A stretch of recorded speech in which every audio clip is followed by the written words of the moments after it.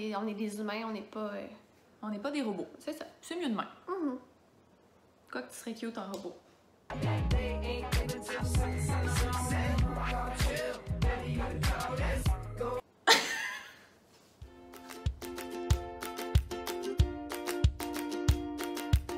Allô tout le monde! On espère que vous allez bien. Alors aujourd'hui, on est de retour avec une capsule qu'on s'est fait beaucoup demander dans les dernières semaines. Donc aujourd'hui, on va vous donner nos conseils pour débuter un premier contrat. Puis ça tombe à point parce que cette semaine, on sait que c'était vos affectations. Donc nous voilà.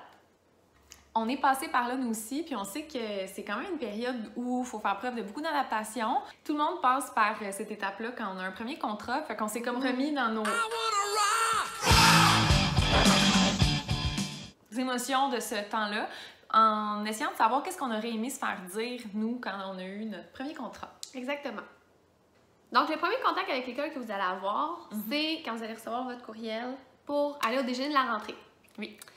Et là, c'est vraiment un moment important parce que c'est votre premier contact avec l'administration, votre équipe, les membres du personnel. Donc, c'est important de ne pas être gêné et d'aller vers les gens. Oui. C'est tellement comme... C'est là qu'on rencontre les collègues avec qui on va travailler toute l'année. Puis c'est toujours intimidant la première fois parce que tout le monde se connaît, tout le monde est content de se revoir. Puis là, nous, on arrive, on est comme « Allô! » Mais en même temps, quelqu'un qui arrive et qui connaît pas les gens, mais qui va comme s'intéresser à connaître, ça fait toute la différence que de rester peut-être dans son coin. Dans son coin. Ouais. Que foncez. Oui. Un autre conseil qu'on peut vous donner, c'est que vous pouvez déjà commencer à vous familiariser avec les notions, la matière du niveau auquel vous allez enseigner. Parce que des fois, tant qu'on n'a pas encore été rencontrer les collègues, savoir quel matériel on veut faire des choses. Ouais. Et dans le fond, ça peut être une bonne façon de baisser un peu le niveau d'anxiété, d'aller lire la fameuse progression des apprentissages. Donc, mon document favori. Le document préféré de Pierre-Anne, toujours près de son lit. Peut-être regarder dans le fond qu'est-ce qu'il va y avoir enseigné, tout ça, pour qu'au moins, quand vous allez parler avec vos collègues, vous allez peut-être un petit peu plus savoir de quoi il est question. Ensuite, pour ceux et celles qui vont avoir une tâche, à compléter une tâche qu'on appelle un temps partagé, ben, c'est important aussi dans les premiers temps de bien discuter avec la personne de qui vous allez faire la partie de tâche, puis de ne pas avoir peur de dire si vous vous sentez mal à quelque chose, si vous n'êtes pas à l'aise de faire quelque chose, parce que dans le fond, une fois que c'est réparti, mais c'est toute l'année et vous avez sur ces bases-là. C'est ça, vous avez ça à faire. Ouais. Fait que juste de ne pas avoir peur de dire les choses pour lesquelles vous êtes à l'aise ou non, et même si vous êtes en évaluation par la direction, dans le sens que le but, c'est pas que vous soyez pas bien, c'est que vous travaillez puis que vous soyez à l'aise. À l'aise. Parce que dans les débuts, des fois, on pense qu'en disant oui à tout, les gens vont plus nous apprécier, mais au contraire, il faut que vous vous respectiez puis que s'il y a quelque chose que vous n'êtes pas à l'aise, comme tu l'as vraiment bien dit, ben d'être capable de mettre son pied à terre! Mettre son pied à terre!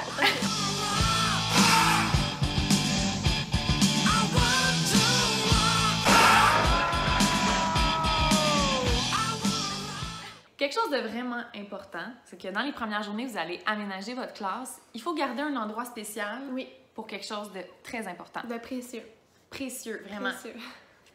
Un tiroir de réconfort alimentaire. Pas des légumes, là. Non. Des petites croustilles. Des petites tablettes de chocolat. Des petits jujubes. Des petits goldfish. Oui. Qu'on se met souvent dans nos trucs. Oui. Parce que vraiment, tu sais, dans les journées plus difficiles, si vous nous suivez sur Instagram, on en parle souvent. Des fois, on a des grosses journées puis on est comme, c'est-tu le moment, du tiroir réconfort alimentaire? Puis on sort ça puis on... Faites des grosses provisions parce que nous, ça reste pas longtemps. Non, ça reste vraiment pas longtemps. Fait que conseil important, réconfort alimentaire. Une autre chose à penser aussi, c'est d'aller vérifier le matériel qui est disponible, autant les cahiers d'exercice que... mettons, le matériel de manipulation, le matériel d'art, puis vous pouvez demander à vos collègues ou encore faire un petit tour dans l'école pour aller vérifier. Comme ça va vous permettre de planifier avec du matériel qu'il n'y a pas nécessairement dans vos classes. Le prochain conseil qu'on a à vous donner, c'est quelque chose qui, nous, ça nous s'appliquait vraiment à nous, c'est que quand on a notre premier contrat, on se fait comme une montagne. Là. On voit comme toute la planification qu'il y a à faire, l'aménagement de la classe, Et là, dans le fond, souvent, on veut planifier toute l'année puis tout ça, mais on veut juste vous dire d'y aller vraiment une chose à la fois. Parce que, dans le fond, Le plus important, c'est vraiment le lien que vous allez créer avec vos élèves. Donc, si on peut vous donner un conseil pour ça, c'est de, faire un environnement qui vous ressemble, que vous êtes bien. Donc, faire une classe que vos élèves vont rentrer puis ils vont se sentir comme bien à la maison. À la maison, pour toute l'année. Puis ensuite de ça, peut-être avant de planifier pour toute l'année, bien, de penser aux activités que vous allez faire dans les premières semaines. Il y en a beaucoup qui en parlent sur leur blog. Nous aussi, on va en partager. Donc, vraiment, de faire des activités avec vos élèves qui vont créer un lien parce qu'avant toutes les matières, c'est le lien que vous allez créer avec eux qui va donner le ton pour l'année. Oui, puis quand on dit le premier contact avec l'équipe école, c'est le plus important, mais le premier contact avec vos élèves Exactement. Aussi. Oui.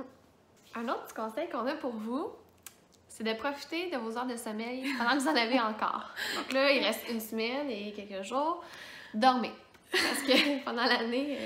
On a un petit peu plus de scène, puis... Le sommeil est une denrée rare. Effectivement. Un peu comme on a dit tantôt, il va y avoir une montagne de choses à faire en commençant et on le sait que dans le domaine de l'enseignement, on est tous assez perfectionnistes. On aime ça que tout soit beau, tout soit fait, mais choisissez vos batailles en commençant. Même encore aujourd'hui, on a quand même quelques années derrière nous, puis il y a vraiment pas tout qui est parfait dans nos classes, puis c'est correct avec ça. Mais en commençant, ben dites-vous qu'il faut choisir ses batailles, puis il faut accepter le fait qu'il n'y aura pas tout qui va être beau, parfait, Pinterest dans nos classes et dans notre enseignement. On va avoir des choses à travailler encore et encore et encore. Une autre chose aussi à savoir, c'est que c'est important de poursuivre votre formation, dans le fond d'être dans un processus de développement continu parce que la recherche a prouvé que l'insertion professionnelle, c'était une continuité à la formation à l'enseignement. Ça veut dire que c'est normal qu'on apprenne encore des choses en ce moment. Là, ce qu'on dit, c'est pas d'aller faire une maîtrise ou peu importe, mais juste de... Pause. Sujet de maîtrise de Pierre-Anne. C'est pour ça qu'en ce moment, elle est scientifique. Oui, exactement. Mais dans le fond, c'est juste de peut-être s'inscrire dans les programmes d'insertion professionnelle de votre commission scolaire ou encore aller chercher un mentorat pour partager avec d'autres personnes qui vivent les mêmes choses que vous ou encore assister à des formations que peut-être dans le milieu, il y a moins. Donc, c'est notre conseil. Oui. Mais lâchez pas. Même si c'est difficile. Oui. Puis nous, en commençant en fait notre premier contrat, on était inscrite au programme de mentorat. On avait des gens, des enseignantes d'expérience qui nous donnaient des conseils, puis il y avait des formations. Fait que c'est vraiment pertinent, comme tu dis, puis c'est ça qui peut faire la différence dans votre première année d'enseignement. Ouais. Vous n'allez pas tout savoir, puis c'est normal de ne pas tout savoir. Oui. Ça peut aussi prendre la forme de juste continuer de vous informer. Par exemple, vous savez que votre défi, c'est la gestion de classe, mais allez chercher des livres pour lire le soir. Dans le fond, même nous, ça fait quelques années qu'on enseigne. On continue toujours notre formation, à essayer d'en apprendre plus. Puis on se sent de plus en plus compétente parce qu'on n'a pas arrêté, dans le fond, de s'informer. Puis vous pouvez aussi demander à des enseignants de confiance. Vous pouvez écrire il y a plein de blogs aussi. Vous pouvez nous écrire des fois si vous avez besoin de conseils. Ça va nous faire plaisir. Notre dernier conseil... Le meilleur. Le meilleur pour la fin. Pour la fin. Parce que après une grosse journée de travail, quoi de mieux que d'avoir au frigo quelque chose de bien frais. Bien frais, qu'on peut faire tourner comme ça, qui peut nous faire décanter en début d'année, c'est-à-dire un petit verre de vin. On ne dira pas trop fort, mais gardez-vous ça au frais. Dans les premières semaines, ça fait toujours du bien, puis ça fait pas de mal à personne. Non. Fait que, chin chin. Oui. Alors, on espère que vous avez aimé la vidéo d'aujourd'hui et qu'elle va vous être utile pour vos premiers contrats. Si jamais il y en a qui ont des conseils à donner aux enseignantes qui débutent leur premier contrat ou encore des questions, écrivez-les en commentaire, on va y répondre. Et n'oubliez pas de vous abonner à la chaîne. Ou de mettre un petit pouce si vous l'avez aimé. Alors, on se retrouve la semaine prochaine. Bye!